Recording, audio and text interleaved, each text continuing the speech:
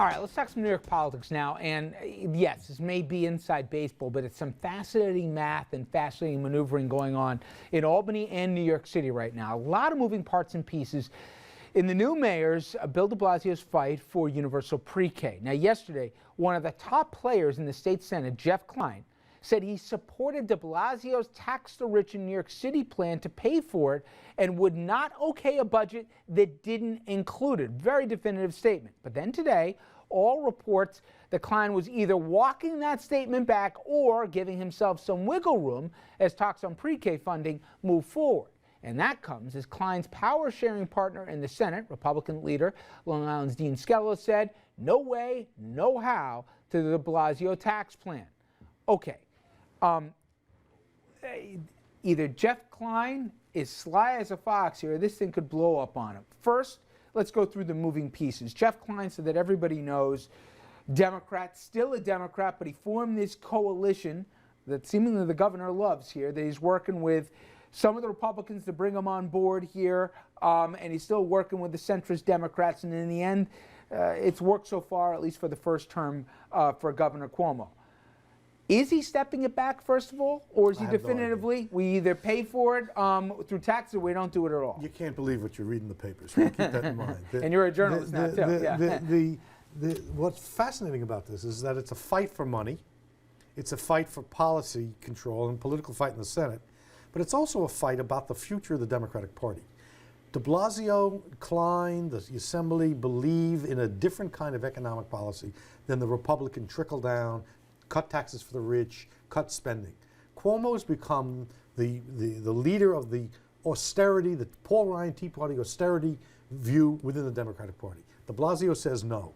What's at stake here, in political terms, isn't just who runs the Senate, but what kind of economic policies are identified with the Democratic Party. This is not chopped liver. And it's not a sure thing he won't get it, even though Dominic's about to tell us that. Right, he's not going to get it. And Governor Cuomo will have cover by Skellos not even permitting the vote on this. The Republicans are protecting Cuomo's economic flank in an election year. But aren't Democrats also, they sit back and they say, well, let me look at what happened in Westchester. Let me look at what happened in Nassau, in the recent county executive races. And they say, what's the one thing that Republicans were able to hold it, even though they were arguably flawed candidates? They didn't raise property taxes, or they held the line on property taxes in these areas. And they look back and they say, is this a fight I really want to have, to say that I voted to raise taxes here? Everybody pays property taxes. The de Blasio plan very carefully is calculated at the top 1%.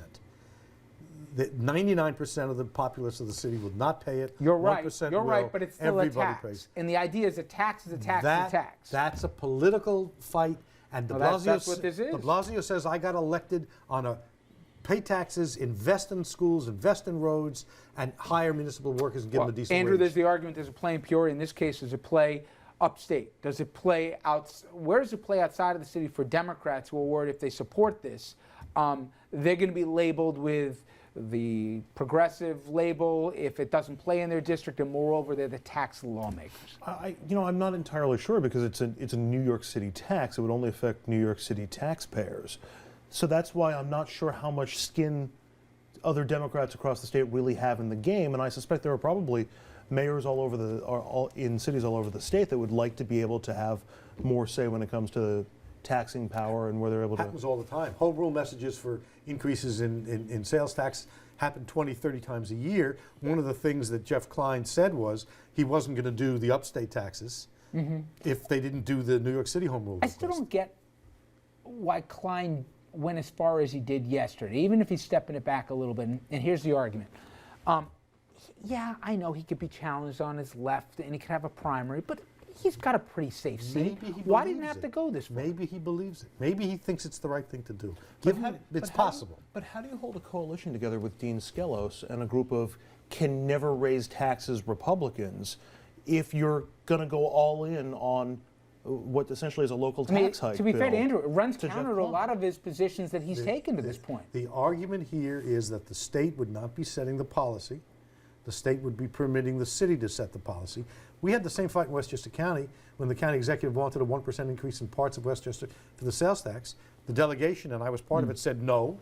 and there was a 2-year fight. Okay, well, this is a perfect segue into the second argument, and it's a broader one. It's interesting. We've seen nationally debates about state rule, and that different municipalities, different states want to be able to basically be their own entities. And yes, you're one of 50, but you want to break it down a little bit more. Let's look at what Bill de Blasio said in his State of the City yesterday.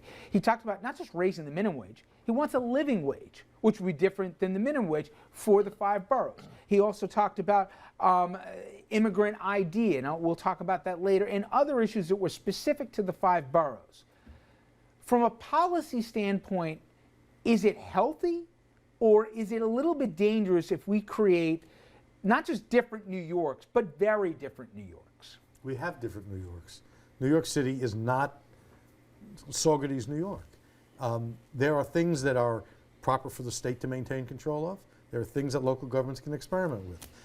Bill de Blasio is running the government the way he ran the campaign. Good for him. No, and you know what? It's certainly, we had the prior mayor, but more so on social issues. If he wanted to do the soda stuff or wanted to do the labeling of the food. This is dollars and cents and not just quality of life, but math issues.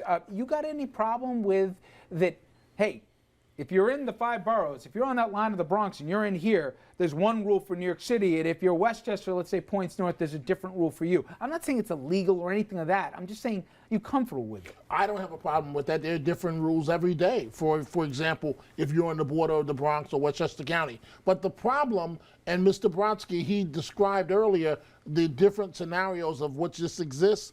The one that he kind of left out is this is a battle for power. And no matter what Mr. de Blasio wants, many of his ideas requires approval from the folks in Albany. Now, you get a pass from the Democrats in the Assembly, but it's not going to fly past the state Senate. And so he could wish for la-la land.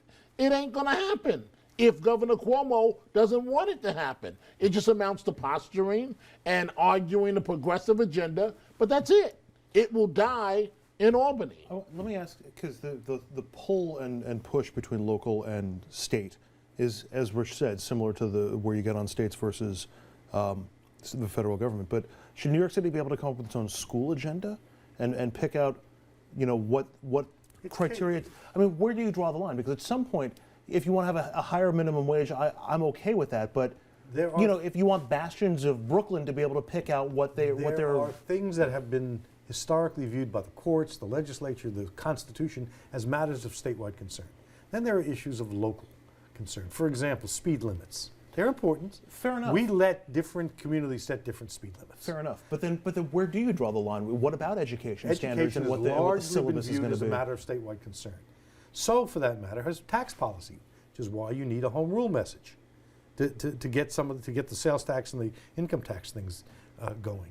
So.